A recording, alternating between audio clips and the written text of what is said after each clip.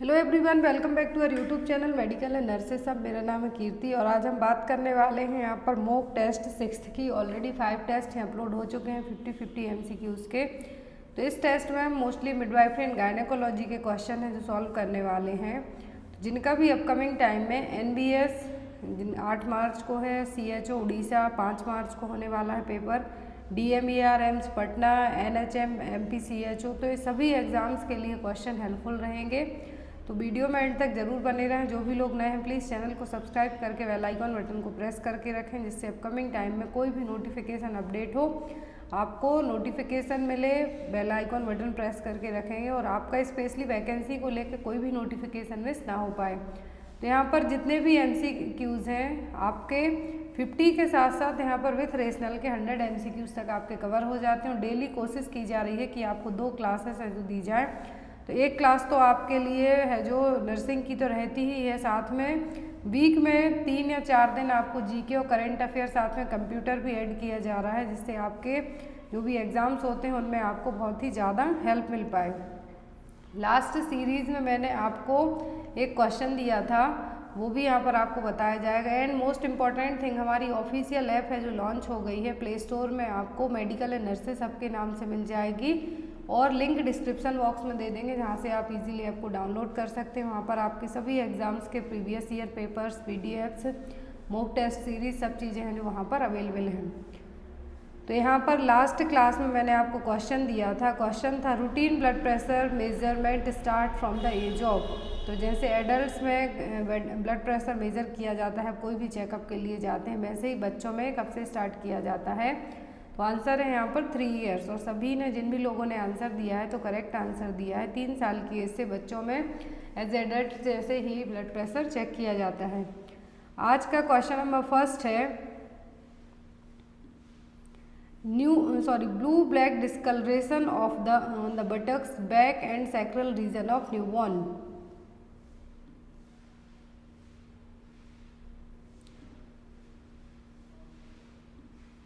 तो यहाँ पर आज का जो फर्स्ट क्वेश्चन है वो blue black discolouration on the buttocks and sacral region of a newborn. तो न्यूबॉर्न बेबी में बटक्स और जो सैक्रल रीजन होगा वहाँ पर ब्लैक और ब्लू टाइप के स्पॉट्स देखने को मिलेंगे। तो वो क्या कहलाएंगे? ऑप्शन में मंगोलियन स्पॉट्स, वर्निक सेजोसा, लेन्यूगो या फिर बटक्स मोल। तो यहाँ पर जो वर्निक सेजोसा है तो क्या है, चीज़ी सब्सटेंस होता है जो कि बेबी की पूरी बॉडी पर कवर अप रहेगा, उसको वर्निक सेजोसा कहेंगे हम।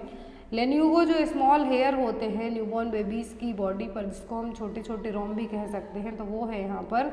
और जो यहाँ पर आंसर होगा वो होगा मंगोलियन स्पॉट्स। इस टाइप से आपको बेबीज़ में देखने को मिलेंगे। लेग के यहाँ हो सकते हैं, बटक्स के यहाँ भी हो सकते हैं। मोस्टली बटक्स और जो बैक साइड है यहाँ पर आपको ये देखने को मिलेंगे।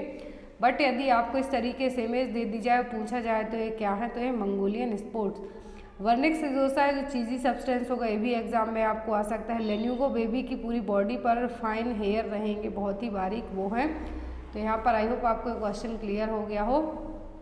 Next is population covered by sub centre. तो एक सब सेंटर में कितनी पॉपुलेशन होगी या फिर कितनी पॉपुलेशन के लिए एक सब सेंटर होगा? ऑप्शन में 3000 in hilly and 5000 in plain areas, 2000 in hilly and 4000 in plain areas, 2000 in hilly and 5000 in plain areas और 3000 in hilly and 6000 in plain area. तो ये क्वेश्चन सबको याद है। तो यहाँ पर सब सेंटर की बात हो रही है, तो 3000 हिली और पहाड़ी एरिया रहेंगे और 5000 है जो प्लेन एरिया रहेंगे। वहाँ पर पॉपुलेशन, इतनी पॉपुलेशन के लिए एक सब सेंटर होगा। यदि PHC की पूछते हैं तो प्लेन एरिया में 30,000 के लिए, और जो ट्राइबल और हिली एरिया डिफ़िकल्ट एरियाज हैं वहाँ पर 20,000 में। कम्युनिटी हेल्थ सेंटर और CHC 1,20,000 पॉपुलेशन यदि प्लेन एरिया में है तो वहाँ, और 80,000 है तो हिली और ट्राइबल एरिया में।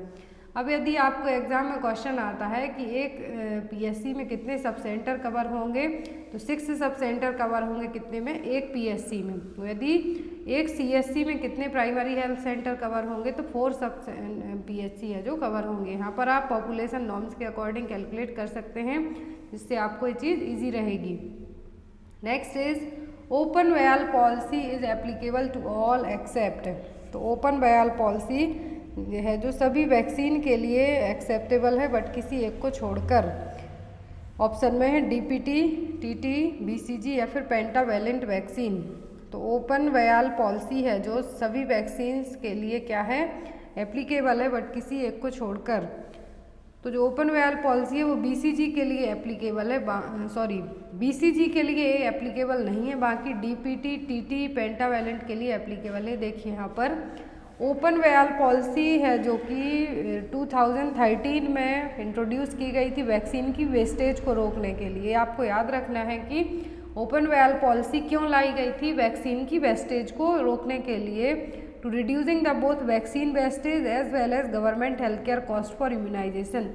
तो दो चीज़ों के लिए ओपन वैल पॉलिसी लाई गई थी। फर्स्ट कि वैक्सीन की वेस्टेज को रोका जाए, और गवर्नमेंट जो इतना पैसा खर्च करती है, यदि वैक्सीन वेस्ट होगी तो गवर्नमेंट का नुकसान होगा, तो इनको रोकने के लिए ओपन वैल पॉलिसी है जो लाई गई थी। अब बात करेंगे किन किन वैक्सीन पर एप्लीकेबल होगी। तो एप्लीकेबल होती है DPT, TT, hepatitis B, oral polio vaccine, Haemophilus influenza type B. तो आप इसको ऐसे याद रख सकते हैं पेंटावेलेंट, क्योंकि पेंटावेलेंट में जो 5 वैक्सीन इंक्लूड हैं उनमें आ जाएगा DPT, TT, hepatitis B and type B, Haemophilus influenza type B and oral polio vaccine. तो ये तो हो गई यहाँ पर क्या कि जो ओपन वैल पॉलिसी की वैक्सीन है जो इसमें इंक्लूड हैं। अब आती हैं जो नहीं हैं। तो जो नहीं है यहाँ पर उनमें कौन कौन सी हैं, measles, BCG and Japanese encephalitis. यदि आपको आता है कि ओपन वैल पॉलिसी किन पे एप्लीकेबल नहीं है तो वह बीसीजी, जैपनीज इंसेफेलाइटिस। तो ओपन वैल पॉलिसी में चेक किया जाता है कि वैक्सीन कितने टाइम से ओपन रखी है, अभी ये यूज़ करने लायक है या थ्रो करने लायक है, इसमें ये सभी चीज़ें ओपन वैल पॉलिसी में चेक की जाती हैं। Next is which of the following is the most recent initiative under the national health mission. तो रिसेंट में जो कौन सा इनिशिएटिव है जो कि नेशनल हेल्थ मिशन ने लिया है। ऑप्शन में है राष्ट्रीय Bal Swasthya Karyakram, creation of ASHA, village health and sanitation committee, Janani Suraksha Yojana. तो यहाँ पर कौन सी स्कीम है जो कि अभी रिसेंट में गवर्नमेंट लेके आई है एनएचएम के तहत। तो यह भी रिसेंट की बात हो रही है, तो जो स्कीम पहले आ गई थी ये यहाँ पर इंक्लूड नहीं है, बट जो अभी आई हैं रिसेंट में उनको यहाँ पर कहा गया है कि कौन सी स्कीम है। तो वो है राष्ट्रीय बाल स्वास्थ्य कार्यक्रम, आरबीएस के प्रोग्राम जो कि 2013 में लाया गया था, आई थिंक फरवरी 2013 में लाया गया था राष्ट्रीय बाल स्वास्थ्य कार्यक्रम, जिसमें 0 to 18 ईयर्स तक के एडल्ट्स को इंक्लूड किया गया है, जिसमें 4Ds हैं, मैंने आपको कई बार बता दिया है। नेशनल हेल्थ मिशन के तहत है जो यही प्रोग्राम है, सबसे लास्ट में आया है, बाकी ये सब पहले आ गए थे। जननी सुरक्षा योजना है जो 2005 में आ गई थी, and creation of Asha ICDS scheme के तहत 1975 में आ गए थे। तो यहाँ पर जो करेक्ट आंसर होगा वो क्या होगा, राष्ट्रीय बाल स्वास्थ्य कार्यक्रम, जो कि रिसेंट का इनिशिएटिव माना जाएगा, 2013 में लॉन्च किया गया था। Next is route of administration of MR vaccine. MR vaccine का क्या रूट है। ऑप्शन में है इंट्रामस्कुलर, इंट्राडर्मल, सबक्यूटेनियस या फिर इंट्रावीनस। तो MR वैक्सीन दी जाती है सबक्यूटेनियस रूट से। ये देखिए यहाँ पर कब दी जाती है, 9 महीने के बाद, 9 to 12 मंथ की एज में ही दी जाती है। तो यहाँ पर जो ओरल रूट से दी जाने वाली only 2 vaccine, oral polio vaccine है, rotavirus vaccine. Oral polio vaccine polio से प्रिवेंट करने के लिए 0 to 5 ईयर्स के एज ग्रुप के बच्चों को दी जाती है। रोटा वायरस वैक्सीन दी जाती है जब बच्चे की जो एज है 6, 10 एंड 14 वीक्स हो जाए तब दी जाती है ओरल रूट से। फिर आता है इंट्रामस्कुलर। रोटा वायरस वैक्सीन की 2 टाइप की वैक्सीन आती हैं, जिसमें एक होती है कि इसके 3 डोज होते हैं और एक होती है इसके 2 डोज बस होते हैं। तो रोटा वायरस ओरल दी जाती है, OPV ओरल दी जाती है। इंट्रामस्कुलर रूट से दी जाने वाली वैक्सीन एक तो पेंटावेलेंट आप याद रखें, तो इसमें आपकी सभी कवर हो जाएंगी 5 वैक्सीन। आपको अलग अलग नाम याद नहीं रखना पड़ेंगे कि hepatitis B, DTP, HIV and pneumococcal vaccine भी इंट्रामस्कुलर रूट से दी जाती है फॉर प्रिवेंशन ऑफ निमोनिया को प्रिवेंट करने के लिए। और यहाँ पर IPV इंट्रामस्कुलर दी जाती है। सबक्यूटेनियस से ओनली मीजल्स और येलो फीवर दिया जाता है। इंट्राडर्मल से दी जाने वाली सिंगल वैक्सीन है जो कि है BCG वैक्सीन।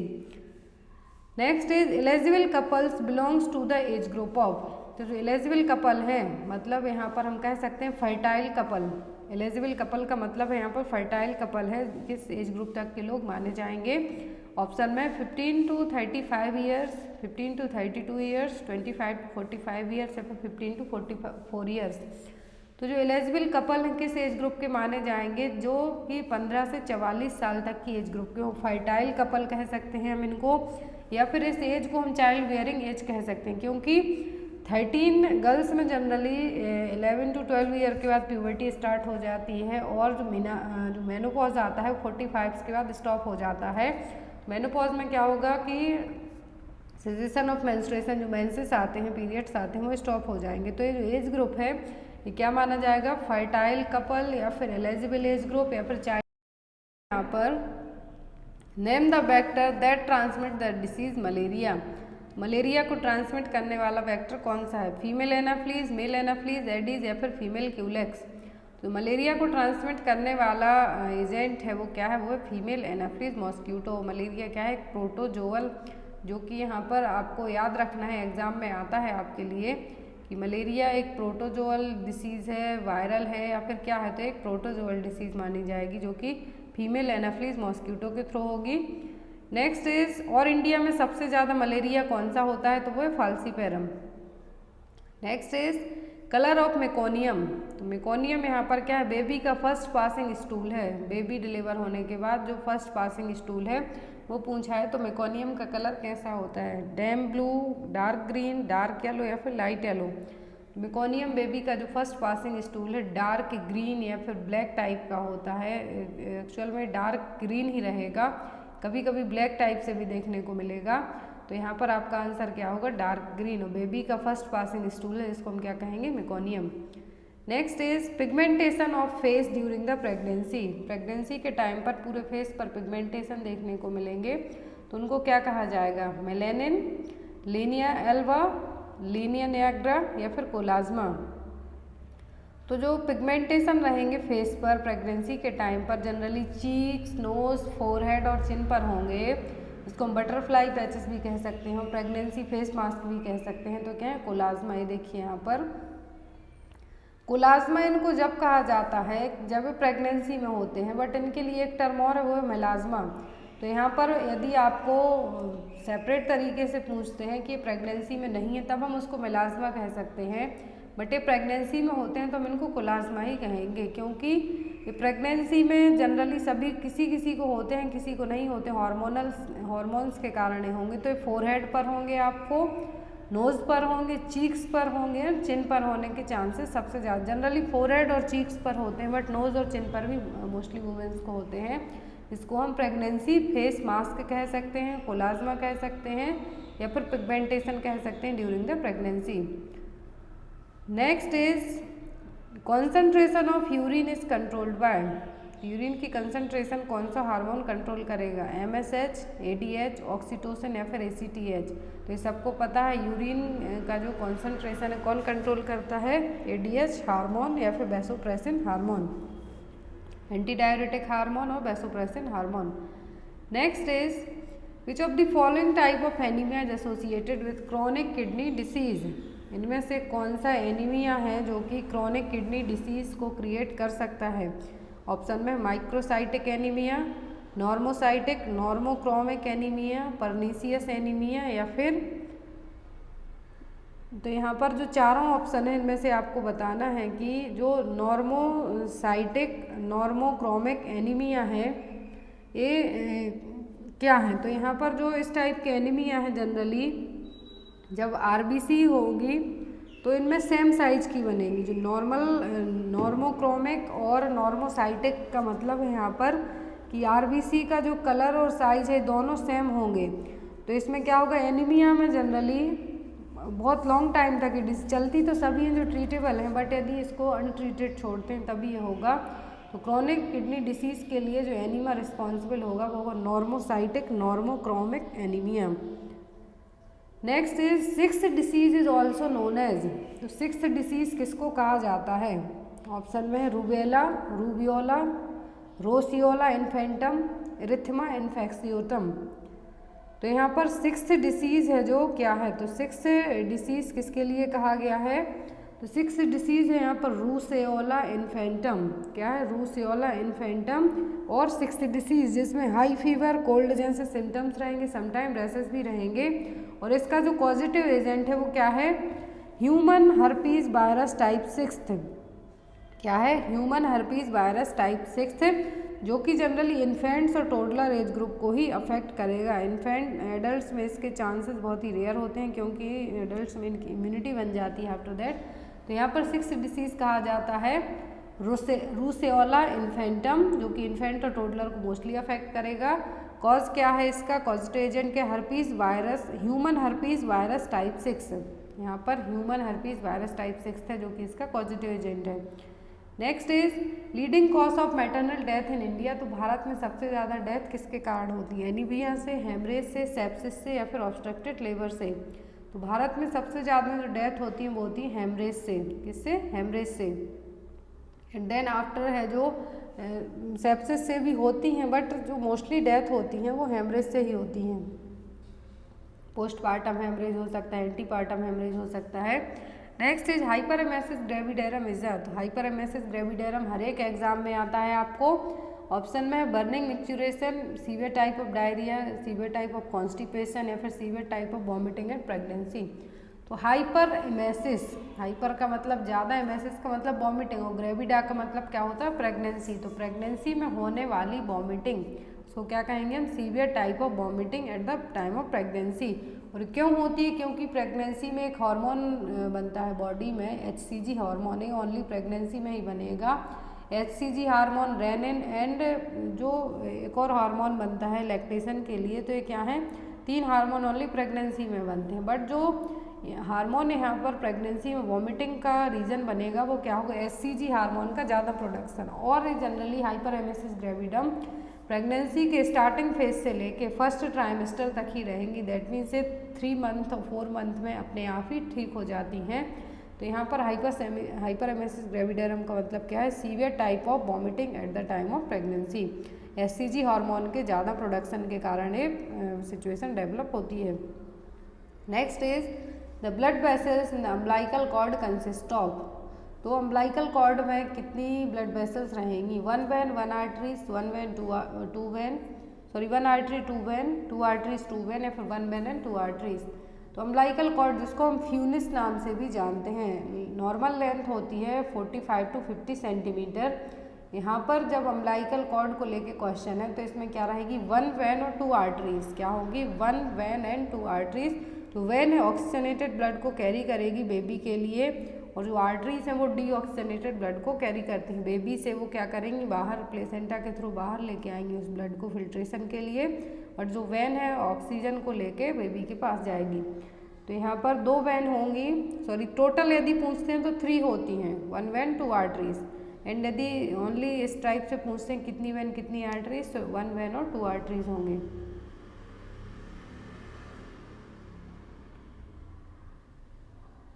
नेक्स्ट है यहाँ पर the fertilization of ovum in female takes place in the. तो फर्टिलाइजेशन कहाँ पर होता है फीमेल्स में, सर्विक्स में, वेजाइना में, ओविडक्ट में या फिर यूट्रस में। तो यहाँ पर फर्टिलाइजेशन कहाँ पर होता है ओवम का, ओविडक्ट और फैलोपियन ट्यूब में। कहाँ पर, ओविडक्ट और फैलोपियन ट्यूब में है जो फर्टिलाइजेशन की प्रोसेस होती है। फैलोपियन ट्यूब के एम्पुला पार्ट में भी आपको याद रखना है, क्वेश्चन आता है एग्जाम में कि फैलोपियन ट्यूब के किस पार्ट में होगी, तो होगा एम्पुला में। अब यहाँ पर यूट्रस है, इम्प्लांटेशन कहाँ पर होता है, यूट्रस में। कहाँ पर होगा, इम्प्लांटेशन यूट्रस में। Next is endometrium after conception is known as. तो जो एंडोमेट्रियम लेयर है यूट्रस की, उसको कंसीव करने के बाद, कंसेप्शन के बाद क्या टर्म यूज़ किया जाता है। ऑप्शन है मायोमेट्रियम, एंडोमेट्रियम, पेरीमेट्रियम या फिर डेसिडुआ। तो टर्म यूज़ किया जाता है वो क्या है, decidua. Endometrium after the conception is known as the decidua.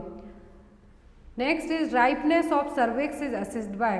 राइपनेस का मतलब है सर्विक्स का एफास्टमेंट, डायलिटेशन, तो किसके थ्रू असिस्ट किया जाएगा, बाइसॉप स्कोर के द्वारा, अपगार स्कोर के थ्रू, न्यू बैलार्ड स्कोर के थ्रू या फिर ऑल ऑफ दी अबव। तो यहाँ पर जो स्केल यूज़ की जाएगी राइपनेस ऑफ सर्विक्स के लिए, राइपनेस ऑफ सर्विक्स का मतलब है सर्विक्स कितनी एफास्टमेंट हुआ है, डायलिटेशन कितना हुआ है। तो इन सभी चीज़ों को चेक करने के लिए जो स्केल यूज़ की जाएगी वो क्या है, बाइसोप स्कोर। इसके कंपोनेंट होते हैं cervical dilatation in centimetre, cervical effacement as a percentage, cervical consistency by provider assessment judgement, cervical position, foetal station, foetal head relation to the pelvic bone. से सभी चीज़ें 5 कंपोनेंट होते हैं इसके, किसमें चेक किए जाते हैं, बाइसोप स्कोर में। और जो यहाँ पर अदर टर्म यूज़ किए गए हैं बेलार्ड स्कोर, तो बेलार्ड स्कोर में क्या किया जाता है कि बेबीज़ की जेस्टेशनल एज फाइंड आउट की जाती है। इन केस मदर है जो सभी चीज़ें भूल गई है, उसको ना अपना LMP याद है ना EDD याद है, LMP ही याद नहीं तो EDD कैसे याद होगा, तो वो चीज़ किस में चेक की जाती है, न्यू बेलार्ड स्कोर। बेबी है जो कितने वीक का है, कितनी जेस्टेशनल एज है, इंट्रायूट्राइन ग्रोथ कितनी है, उसको चेक करने के लिए बेलार्ड स्कोर यूज़ किया जाएगा। अपगार स्कोर न्यूबॉर्न बेबी के है जो स्टार्टिंग में पूरा चेकअप करने के लिए यूज़ किया जाता है अपगार स्कोर, जिसमें appearance, grimace, respiratory rate and heart rate, ये सभी चीज़ें यहाँ पे चेक की जाती हैं। नेक्स्ट है यहाँ पर fern test is used to assess the, तो फर्न टेस्ट किसको असेस करने के लिए यूज़ किया जाएगा, प्रेगनेंसी को, ओव्यूलेशन को, मेंस्ट्रुएशन को, या फिर नन ऑफ द अबव। तो फर्न टेस्ट यूज होता है जनरली ओव्यूलेशन को चेक करने के लिए, इनफर्टिलिटी को चेक करने के लिए, तो यहाँ पर आपका आंसर होगा ओव्यूलेशन। फर्न टेस्ट है क्या, the fern test is most commonly use to provide evidence of the presence of amniotic fluid. देखिए यहाँ पर इसके 3 यूज है फर्न टेस्ट के। फर्स्ट कि एमनियोटिक फ्लूइड है प्रेजेंट तो नहीं है, प्री टर्म प्रीमेच्योर लेबर में कितना एमनियोटिक फ्लूइड है, इसको चेक करने के लिए क्या कौन सा टेस्ट होता है, फर्न टेस्ट। दूसरा होता है ओव्यूलेशन को चेक करने के लिए। थर्ड होता है फर्टिलिटी के लिए। तो आपको इसके यूज़ याद रखना है कि फर्न टेस्ट से एमनियोटिक फ्लूइड का जो लेवल है ऑब्स्टेट्रिक और प्रीटर्म प्रीमेच्योर लेबर में वो कितना है, या फिर ओव्यूलेशन की प्रोसेस सही से हो रही है या नहीं, एंड फर्टिलिटी है जो प्रेजेंट है या फिर आप फर्टाइल नहीं है, इनफर्टिलिटी तो नहीं है, इन सभी चीज़ों के लिए कौन सा टेस्ट। नेक्स्ट क्वेश्चन है corpus luteum is found in, तो कार्पस ल्यूटियम कहाँ होगा, फीटस, प्लेसेंटा, यूट्रस या फिर ओवरी में। तो कार्पस ल्यूटियम होता है ओवरी में, जो कि प्रोजेस्टेरोन हार्मोन को सीक्रेट करता है। प्रेगनेंसी के स्टार्टिंग टाइम पर कार्पस ल्यूटियम है जो प्रोजेस्टेरोन रिलीज करेगा, बट आफ्टर दैट क्या होगा कि ये जो हार्मोन है प्रोजेस्टेरोन कौन रिलीज करने लगता है, प्लेसेंटा। नॉर्मल प्रेगनेंसी के लिए जिस हार्मोन की सबसे ज़्यादा ज़रूरत होती है वो कौन सा हार्मोन है, progesterone. Next is the outer most membrane of the placenta is, तो प्लेसेंटा की सबसे बाहरी मेम्ब्रेन को क्या कहा जाएगा, योक सैक, एमनियन, कोरियन या फिर कोटिलिडॉन्स। तो प्लेसेंटा की जो आउटर मोस्ट मेम्ब्रेन है वो क्या है, वो है कोरियन। कौन सी है, ये देखिए आउटर मोस्ट कोरियन है। यदि इनर पूछते तब होती amnion. Next is largest cell in the human body, तो ह्यूमन बॉडी की सबसे बड़ी सेल्स कौन सी है, ऑस्टियोसाइट, ओवम, ग्लियल सेल्स या फिर माइलिन सेल्स। तो यहाँ पर सभी सेल्स के नाम दिए हुए हैं। ऑस्टियोसाइट बोन्स फॉर्मिंग सेल है, ग्लियल और माइलिन सेल से दोनों ब्रेन में पाई जाएंगी। तो लार्जेस्ट सेल होती है ह्यूमन बॉडी की वो होती है ओवम। कौन सी, ओवम और ओवा, जो कि फीमेल्स में रहेगा। एंड यदि स्मॉलेस्ट पूछते तब हम कहते हैं स्पर्म। सबसे छोटी सेल्स क्या है, स्पर्म। लार्जेस्ट सेल पूछा है तो ovum. Next is which type of pelvis inlet is in Oval shaped, तो नॉर्मल फेवरेबल प्रेगनेंसी के लिए, वेजाइनल प्रेगनेंसी के लिए पेल्विस जरूरी होती है, वो होती है गायनेकॉइड। बट यहाँ पर क्वेश्चन है कि ओवल शेप्ड इनलेट किस टाइप की पेल्विस का रहेगा, गायनेकॉइड का, एंड्रॉइड का, एंथ्रोपॉइड का या फिर प्लेटिप्लॉइड का। तो जो नॉर्मल ओवल शेप्ड इनलेट है यहाँ पर किस पेल्विस की रहेगी, एंथ्रोपॉइड पेल्विस की। देखिए यहाँ पर चारों टाइप की पेल्विस दी हुई हैं। गायनेकॉइड पेल्विस में क्या होता है, इनलेट राउंड शेप की रहेगी, शॉर्ट स्चियल स्पाइन रहेगा और जो कि सुटेबल है वेजाइनल बर्थ के लिए। एंड्रॉइड है जो कि वेज शेप्ड होगी, सबसे ज़्यादा मेल्स में इस टाइप की पेल्विस होगी, ट्रायंगुलर और हार्ट शेप होगी। थर्ड आती है एंथ्रोपॉइड जो कि ओवल शेप्ड इनलेट रहेगा, लार्जर आउटलेट होगा। लास्ट आती है प्लेटिप्लॉइड जो कि फ्लैट टाइप रहेगी, इनलेट रहेगा किडनी के जैसा। तो यहाँ पर चारों टाइप की पेल्विस की इनलेट आप मोस्टली याद रखें। इनलेट आपको एग्जाम में आती हैं, ज़रूरी नहीं कि आपको सीधा एंड्रॉइड पूछें, गायनेकॉइड भी पूछ सकते हैं। तो यहाँ पर इनलेट किसकी है, ओवल शेप्ड, एंथ्रोपॉइड पेल्विस की। Next is what is the welcome sign of pregnancy? तो प्रेगनेंसी का वेलकम साइन किसको कहा जाता है? लाइटनिंग, लाई, एटीट्यूड या फिर गॉडेल साइन। तो जो प्रेगनेंसी में वेलकम साइन ऑफ प्रेगनेंसी कहेंगे, जिसमें क्या होगा, बेबी एक्सीपेस्टर्नम लेवल तक पहुंचने के बाद 36 वीक तक, जो मल्टी पैरा है उनमें 34 वीक के बाद लाइटनिंग देखने को मिलती है। बट जो प्रीमी पैरा होती हैं उनमें क्या होती है, फंडल हाइट है जो नीचे की तरफ आने लगी बिफोर ऑनसेट ऑफ लेबर, तो क्या होगी उनमें 36 वीक के बाद ही ये लाइटनिंग देखने को मिलती है। तो वेलकम साइन किसको कहा जाएगा? लाइटनिंग को। यहाँ पर जो लाई टर्म यूज़ है, लाई ऑफ द फीटस, तो इसमें क्या होगा, relationship between the long axis of the fetus to the maternal spine तक रहेगा। और यहाँ पर जो एटीट्यूड है, तो किस टाइप का जो एटीट्यूड है बेबी का प्रेगनेंसी के टाइम पर, वो चीज़ें यहाँ पर चेक की जाएंगी। एंड जो गॉडेल साइन है ये भी प्रेगनेंसी में रहेगा, जो कि वेजाइनल सॉफ्टनिंग के लिए, ज़्यादा सर्कुलेशन के कारण, इंक्रीज वेस्कुलराइजेशन के कारण वेजाइना का कलर कैसा होगा, पर्पलिश टाइप से हो जाएगा, तो उसको ये रिप्रेजेंट करेगा। तो यहाँ पर वेलकम साइन क्या है? Lightning. Next is fertilization takes place in which part of the Fallopian? ये मैंने जस्ट आपको अभी बताया कि फर्टिलाइजेशन की प्रोसेस किस पार्ट में होगी फैलोपियन ट्यूब के। ऑप्शन में इस्थेमस, मायोमेट्रियम, एम्पुला या फिर नन ऑफ द अबव। तो फैलोपियन ट्यूब के एम्पुला पार्ट में फर्टिलाइजेशन की प्रोसेस होती है। इम्प्लांटेशन होता है यूट्रस में। इन केस यही इम्प्लांटेशन यूट्रस में ना होकर फैलोपियन ट्यूब में हो जाता है, तब इसको हम कहते हैं एक्टोपिक प्रेगनेंसी। क्या कहते हैं?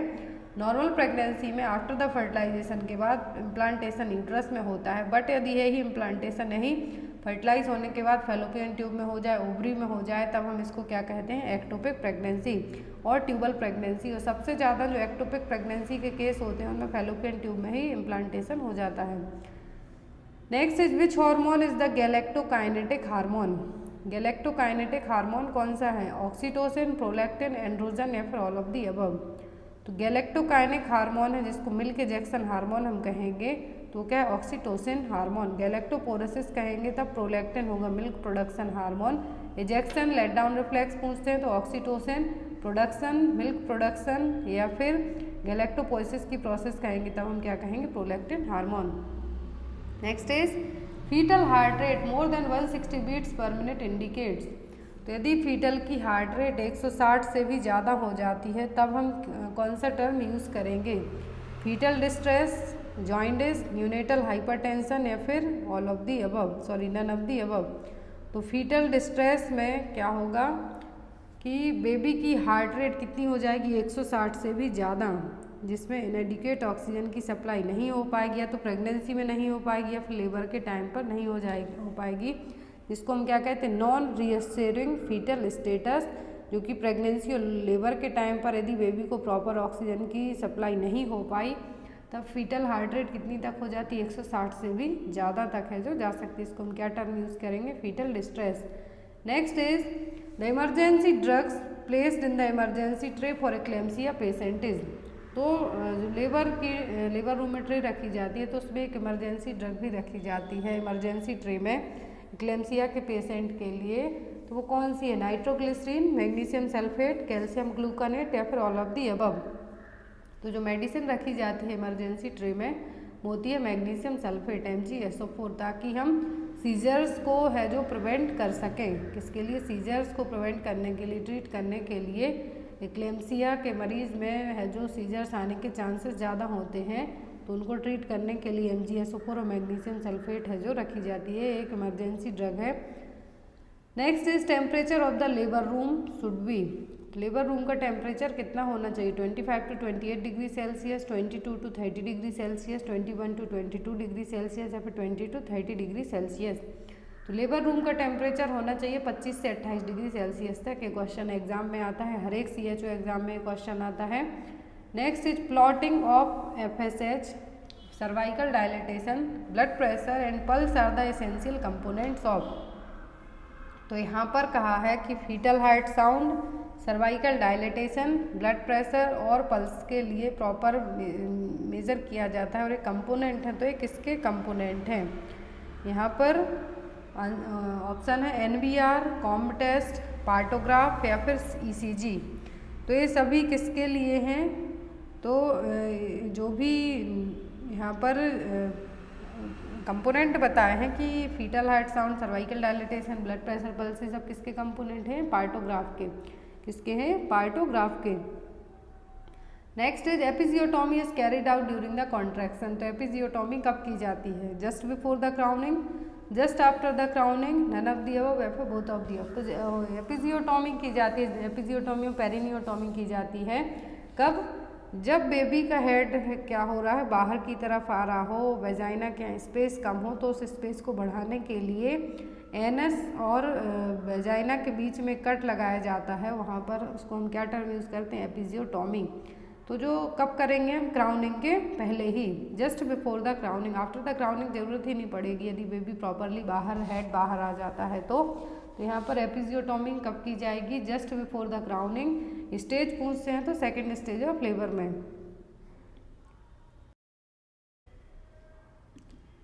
नेक्स्ट है यहाँ पर एक क्वेश्चन 2 बार रिपीट हो गया, फर्न टेस्ट, तो जस्ट हमने अभी पढ़ा, ओव्यूलेशन में होगा। नेक्स्ट है यहाँ पर the chief site of ectopic pregnancy. तो एक्टोपिक प्रेगनेंसी की चीफ साइट क्या है? ट्यूबल प्रेगनेंसी, सर्वाइकल, एब्डोमिनल या फिर ovarian pregnancy.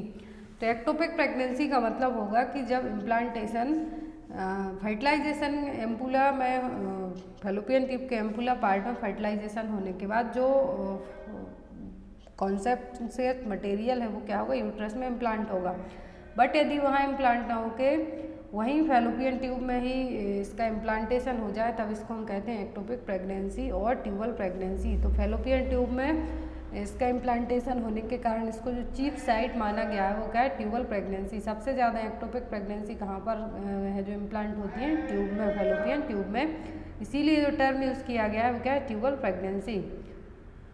An ectopic pregnancy occurs when a fertilized egg implant and grows outside the main cavity of the uterus. Uterus के बाहर कहीं पर भी है, ओवरीज में हो सकता है या फिर फैलोपियन ट्यूब में हो सकता है, बट जनरली जो प्रेगनेंसी है एक्टोपिक प्रेगनेंसी फैलोपियन ट्यूब में मोस्टली इम्प्लांट होती है, इसीलिए इनको ट्यूबल प्रेगनेंसी कहते हैं।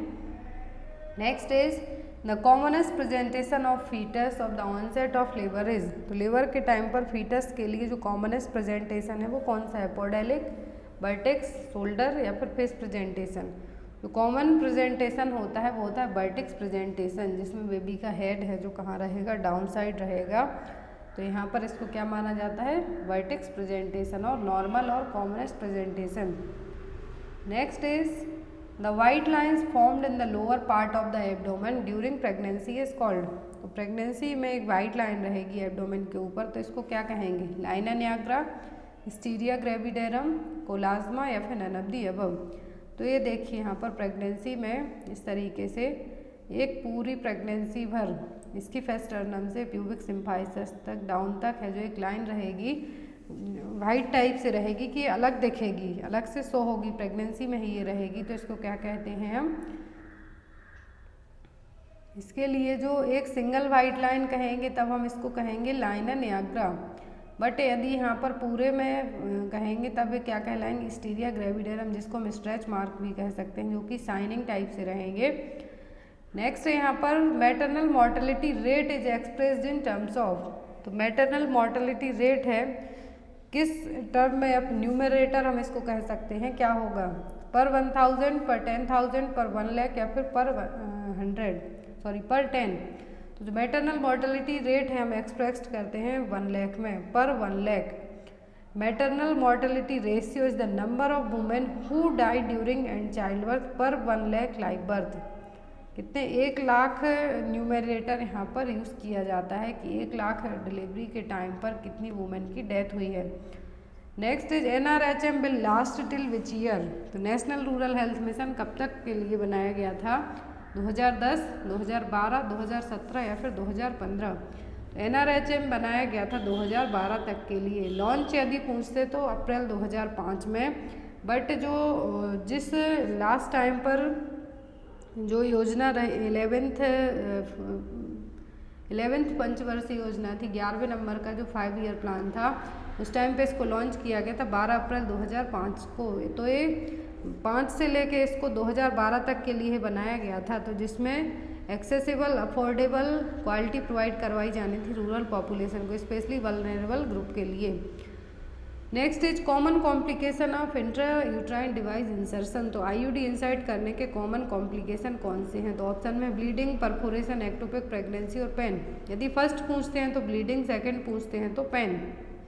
पेन रेयर केस में होता है, इन्फेक्शन होने के चांसेस ज़्यादा हो जाते हैं, तो फर्स्ट कॉम्प्लिकेशन पूछते हैं तो क्या है? Bleeding. Next is in human each kidney has large number of filtration units called. Human kidney में बहुत सारी फिल्ट्रेशन यूनिट होती हैं, उनको क्या कहेंगे? न्यूट्रॉन्स, नेप्ट्यून, नेफ्रॉन्स या फिर न्यूरॉन्स। तो जो फिल्ट्रेशन यूनिट है किडनीज में पूछा है तो क्या है? नेफ्रॉन।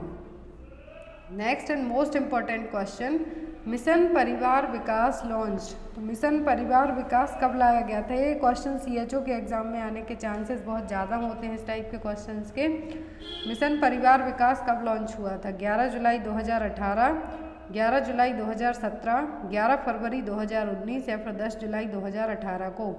तो मिशन परिवार विकास लॉन्च हुआ था 11 जुलाई 2017 को। क्यों लॉन्च किया गया था?